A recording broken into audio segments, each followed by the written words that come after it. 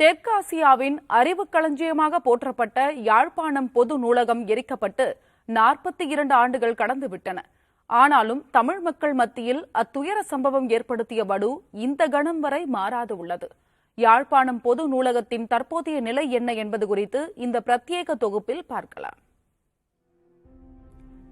1981ஆம் ஆண்டு ஜூன் 1ஆம் தேதி நூலகம் எரிக்கப்பட்ட போது 97,000 புத்தகங்களும் பழமை வாய்ந்த ஓலைச்சுவடிகளும் தனிநபர்களின் சேமிப்பு புத்தகங்களும் முழுவதுமாக அழிந்து சாம்பல் ஆகின.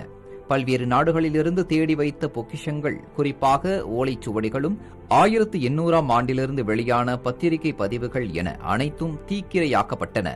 நூலக எரிப்பு என்பது கலாச்சார கல்வி படுகொலை என இப்போதும் விமர்சிக்கப்படுகிறது.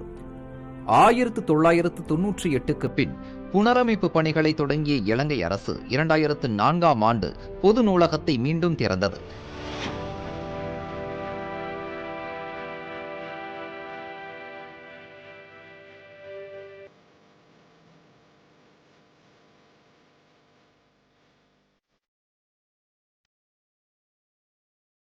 மூன்று லட்சத்திற்கும் மேற்பட்ட புத்தகங்கள், பாதுகாக்கப்பட்ட ஓலைச்சுவடிகள், பல ஆண்டுக்கான பத்திரிகை குறிப்புகள் அடங்கிய நூலகமாக நூற்றுக்கணக்கான மக்களை ஈர்த்து வருகிறது.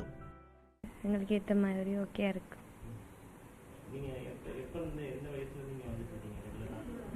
இப்போ A லெவல் படிக்கும்போது தான் வர ஸ்டார்ட் பண்ணேன். எனக்கு ரொம்ப பிடிச்ச பிளேஸே இதுதான். தனியாக நல்லா இருக்கு. யாழ்ப்பாணம் நூலகம் பத்திரிகை குறிப்பு பகுதி, சிறுவர் பகுதி, வரலாற்று பகுதி, இந்தியா கார்னர் உட்பட 13 பகுதிகளாக இயங்கி வருகிறது.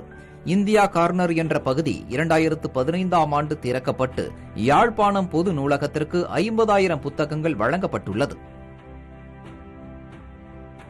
அதெல்லாம் அழிவடைஞ்சிட்டு இப்போ புதுசாக நவீன டெக்னாலஜிஸ், அதுக்கு பிறகு புது மொழிகள், லாங்குவேஜ் ஸ்கில்ஸ், அதுகள் மற்றது இப்போ புது சிலபஸ், புது பாடநெறிகளை கொண்டு நீங்கள் பேப்பர்ஸ் அதுன்னு சொல்லி இப்போ நார்மலாக நடைமுறைக்கு கொண்டு வந்திருக்கிறாங்க. ஸோ இந்த லைப்ரரியில் மிகவும் முக்கியத்துவம் வாய்ந்த இது என்னன்னு சொல்லி சொன்னால், இந்த ஆசியன் லெவலில் மிகவும் பிரசித்தி பெற்ற ஒரு லைப்ரரி. அதோட வெளிநாடுகளில் இருந்து மற்றது இங்கே இருக்கிறவர்கள், மற்றது இங்கேருந்து வெளிநாடுகளுக்கு போனவர்கள், மற்றது இன்டர்நேஷ்னல் லெவலில் பிரயோஜனம் எல்லாருமே சுற்றுலா பயணிகள் கூட பார்ப்பாங்க. தற்போது யாழ் நூலகத்தில் குறிப்பாக கணினி உட்பட பல்வேறு வசதி வாய்ப்புகள் ஏற்படுத்தப்பட்டுள்ளன. கல்விதான் வாழ்வின் ஆதாரம், புத்தகங்களே வாழ்க்கையின் வாசல் என்று உணர்ந்துள்ள தமிழ் மக்கள் யாழ் நூலகத்தை தங்கள் பொக்கிஷமாக மதிக்கிறார்கள். இந்த பொது நூலகமானது தற்போது நவீனமயமாக்கப்பட்டு கணினி, அதே போல இன்றைக்கு இருக்கக்கூடிய வசதிகளை அடிப்படையாக கொண்டு தற்போது முழு மூச்சுடன் இயங்கி வருகிறது.